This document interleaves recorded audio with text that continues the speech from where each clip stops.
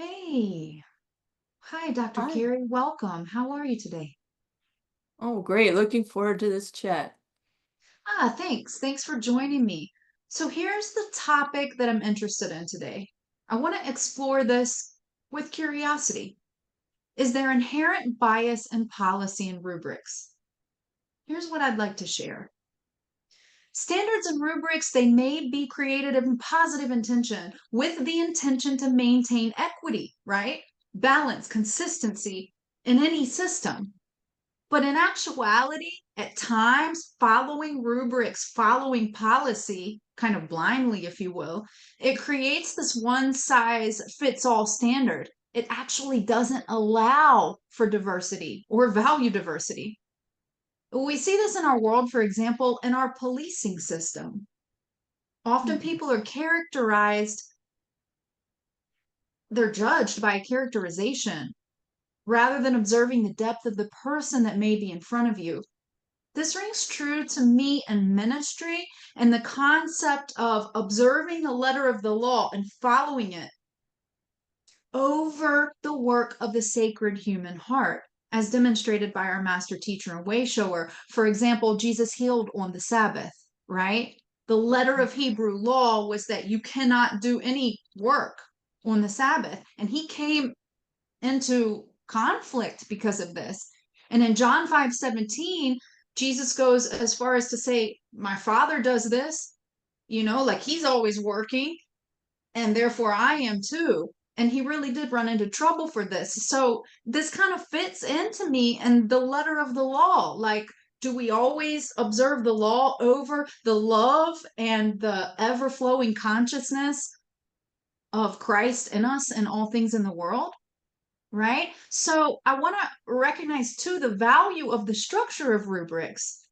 And I'm not watching my time. I just realized that. And so I want to maintain this awareness that, say, it's a behavioral policy. I need that policy to back me up if I discern that something needs to be done. But also the awareness that the policy doesn't go over really embracing the human being in front of me and what they need and what the divine is calling for. And so there's this quote about, it came from a Greek philosopher, about we don't arise to our expectations, we fall to our training. So this is where bias comes in, and we can be, we need to be aware in that margin, right? That margin of our automatic conceptions in our mind and what we believe to be our lofty values, and even stepping into fourth dimensional consciousness. So there's some instances I'd like to look at where bias can be revealed. When people are stressed, right? Of course, when people are triggered, when people are stressed, they may revert to their instincts, that automatic mind, and that can reveal bias.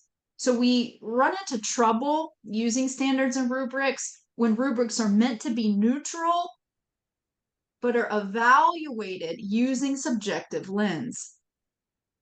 And how are they used? Are they used flexibly or rigidly? Are we actually making room for the person, the humanity of the person or people in front of us, or are we using it to govern by the law? This can determine the effectiveness of the evaluation. Ambiguous criteria may also lead to bias. That's a big one.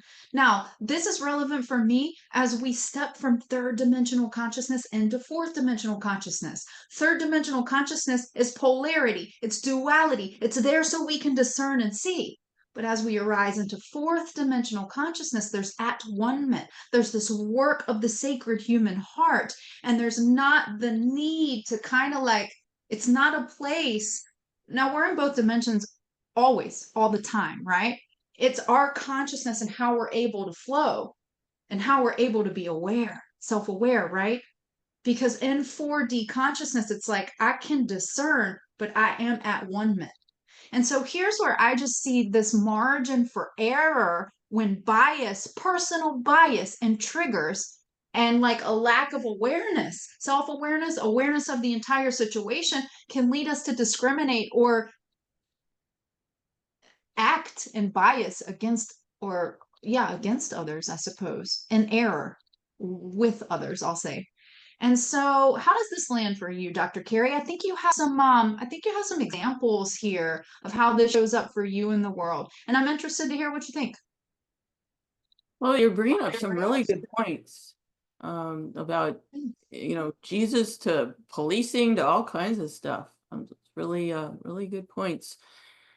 Yeah, I thought of a couple examples that might help make this more clear.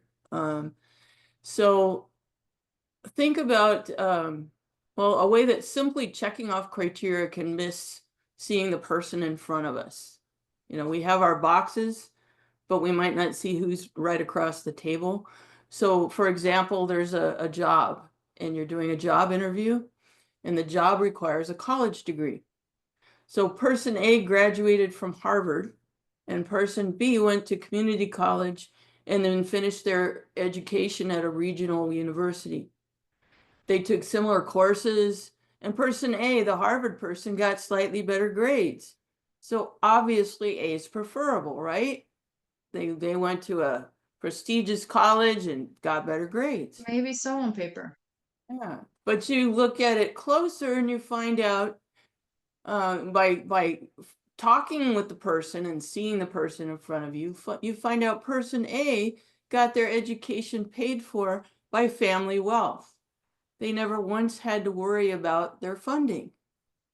Person B had to juggle raising a young child, working, creative solutions to housing, childcare, and bill paying, and finding space to complete coursework. So which one actually got the fuller education? Which one would you want in your company just on that?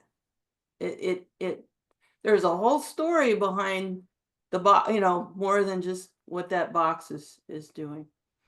And then another example and another aspect of this is imagine a company that manufactures jets, and they decide that all the managers must have some basic skills before they're hired.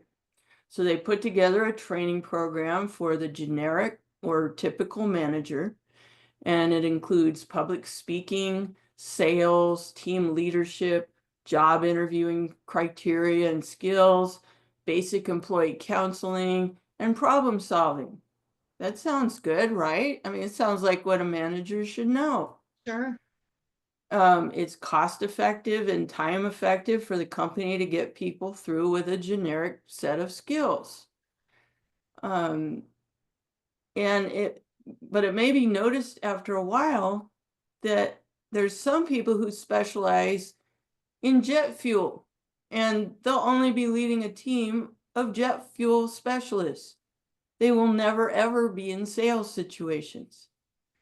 There's others who might manage human resources, and they'll never be in sales or even do public speaking. On further consideration, it might be realized that this cost-effective program for the company is not time effective for the potential employees. And it could even be an obstacle to some very gifted people who will never be typical managers, whatever that might be imagined to be.